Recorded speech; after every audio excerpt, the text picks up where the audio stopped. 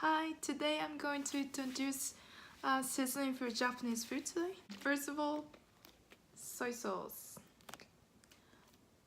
Soy sauce is really necessary for Japanese food. And if you're looking for gluten-free one, it's called Tamari, it's specifically for Tamari.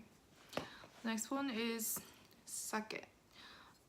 As you may use wine in your cooking, we also use sake for cooking. Next one is black vinegar. It's made out of brown rice and malted rice, and it has a lot of health benefit as well. So next one is Mirin. It's basically it's a sweetened alcohol. It contains rice and malted rice and shochu.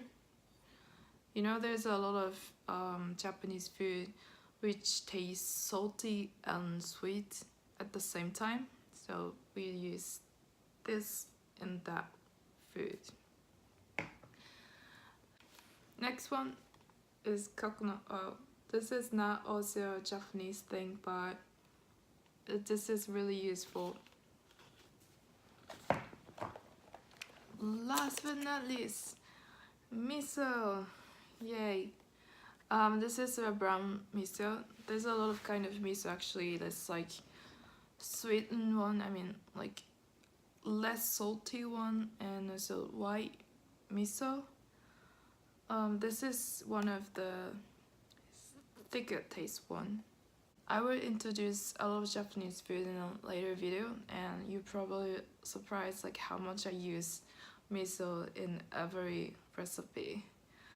Please get one of miso if you can't get, and like hopefully I will introduce how to like make miso by yourself.